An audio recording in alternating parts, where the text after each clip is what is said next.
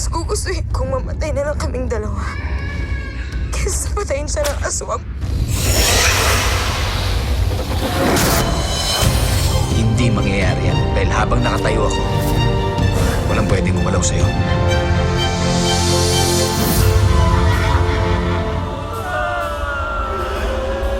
Magbabayad sila!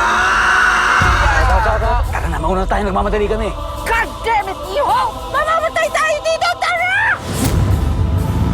Pagdating sa Manila, diretso na kaagad kami City Hall, ah. Makakasalan ko na anak mo. Nilang, so nice to see you again. I promise, hindi na mauulit ang nangyari sa mga tiktik ng Ulupandan. Allow me to save our species from becoming extinct. May pinagmanahan sa galingang bata.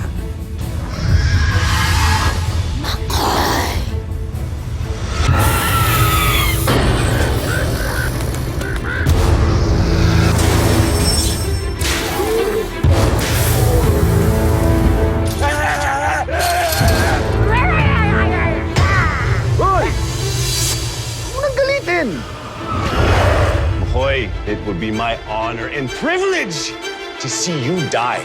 Walang kadating-dating. Kumain ka ba ng tae? Di ba sabi ko sa'yo, lagi mo isasara to? Eh ano, tagal ko sila inaantay. Makinayupak sila. Paano ka naging handa niyan? Wala pa na lang tayo para sama-sama na tayo nila Sonia, di ba? This is getting serious, Lex. Nagiging delikado na to para sa atin. Eh paano hahayaan na lang natin yung mga bata maging aswang? Ang point ko dito, talagang matatapang ang lahi natin. Isa lang sa tatlo yan eh. Si Juan, mamamatay ka, ikukulong ka, o mapuputula ka kagaya ko. Gano'n lang naman yun eh. Pwede sa akin daliri lang. Hindi mo pa pwede pagkatiwalaan yung mga yan. Ano nga yung bang kumatay tayo ng isa o dalawang aswang ng lang?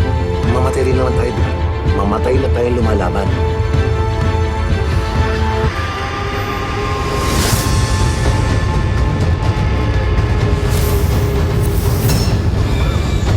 Ito na ang masterpiece ko. Pinakamatinding panlaban sa aswang. Pati bata? Nananawa! Sabihin mo sa amin, lahat ng alam mo. Aming alamin kung ano ang pupuksa sa kanya.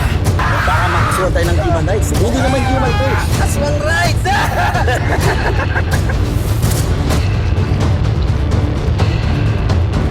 Kaya tayo.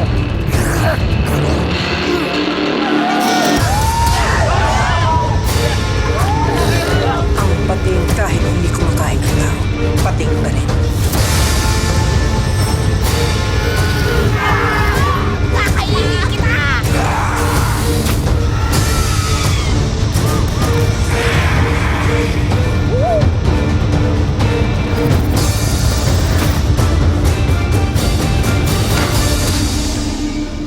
Anak ng...